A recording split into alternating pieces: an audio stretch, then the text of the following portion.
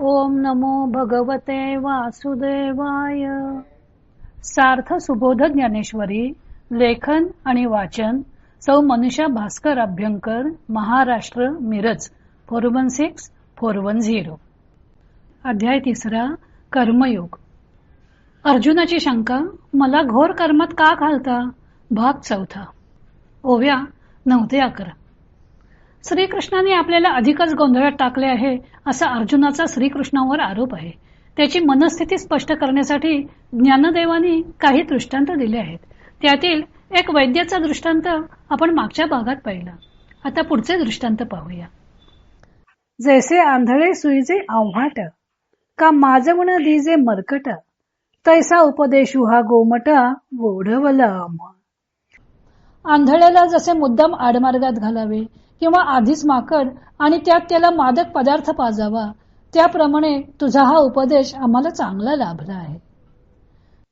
मी आधीची काही नेणे वरी कवळीलो मोहे येणे, कृष्णा विवेकू या कारणे पुसल्या तुझ. मला अगोदरच काही समजत नाही, शिवाय या भ्रमाने मला घेरले आहे, म्हणून कृष्णा तुला सारासार विचार पुसला होता. तव तुझी एकेकी नवाई, एथ उपदेशा माझी गावाई, तरी अनुसरली या काही ऐसे कीजे. पण तुझे एक एक पाहावे तर सर्व आश्चर्यच आहे. इकडे उपदेश करतोस आणि त्यात घोटाळ्यात घालतोस, तर तुझ्या उपदेशाप्रमाणे चालायचे असा ज्यांचा विचार आहे त्यांच्याशी तू असे का वागावेस? अर्जुनाची मनस्थिती स्पष्ट करताना ज्ञानदेव आंधळ्या मनुष्याचा दृष्टांत देत आहेत. अंध मनुष्याला मुळात काही दिसत नाही, मग डोळस मनुष्याने त्याला योग्य मार्गाला लावायचं की आडमार्गाला लावायचं? आणि डोळस मनुष्य आपल्याला योग्य मार्ग दाखवेल असा त्याचा विश्वास असतो, म्हणून तर तो डोळस मनुष्याकडे मदतीच्या आशेनं पाहत असतो. पण डोळस मनुष्य जर आडमार्गाला लावत असेल तर त्या अंध मनुष्याचा त्याच्यावर विश्वास तरी कसा बसेल? त्याप्रमाणेच अर्जुन मोहानं अंध झाला आहे. त्याला योग्य मार्ग कोणता ते कळत नाहीये. अशा वेळी श्रीकृष्णाने त्याला बोट धरून योग्य मार्गाला लावायचं की गोंधळात टाकायचं? ज्ञानदेव दुसरा दृष्टांत देत आहेत, तो माकडाला मद्य पाजण्याचा.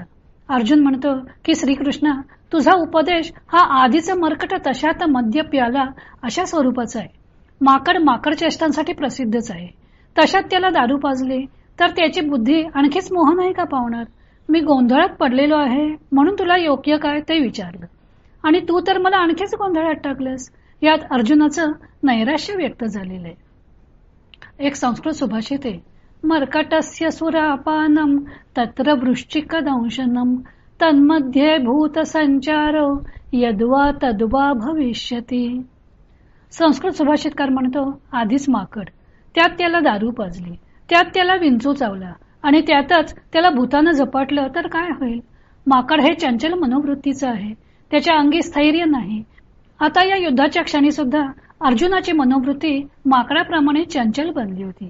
स्वजनांबरोबर युद्ध करून आपल्याच वंशाचा आपण घात करणार आहोत या विचाराने त्याचा सारासार विचार नष्ट झाला होता.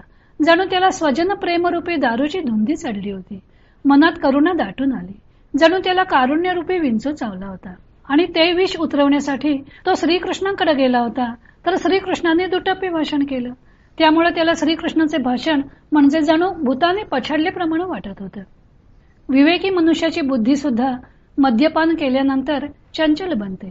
मग मुळातच चंचल बुद्धी झालेल्या अर्जुनाला श्रीकृष्णांचा उपदेश म्हणजे माकडाला मद्य पाजण्याप्रमाणे वाटत होता, विवेक नाहीसा करणारा वाटत होता.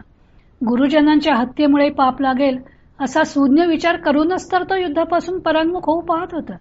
त्याच्या मते आपला निर्णय योग्य असताना श्रीकृष्णांनीही त्या निर्णयाला मान्यता द्यायला हवी होती. असे दुटप्पीपणाचे भाषण करायला नको होतं, पण झाले उलटच. पण श्रीकृष्णांनी त्याला युद्ध करायला सांगितले. पुढे अर्जुन श्रीकृष्णांना म्हणतो की आधीच मला काही कळेनासे झाले आहे, या मोहाने मला घेरले आहे, म्हणून तुला योग्य उपदेश करायला सांगितलं. विवेकाचा मार्ग विचारला तर तुझं आपल्या भलतंच बोलणं चाललं आहे. तुझा उपदेश हा घोटाळ्यात टाकणारा आहे. अर्जुन व श्रीकृष्ण हे सहज मित्र आहेत, म्हणून त्याचे श्रीकृष्णाबरोबर मित्रत्वाच्या नात्याचे बोलणे ज्ञानदेवांनी रंगवलेले आहे. आता अर्जुनाचे पुढील आक्षेप आपण पुढच्या भागामध्ये पाहूया.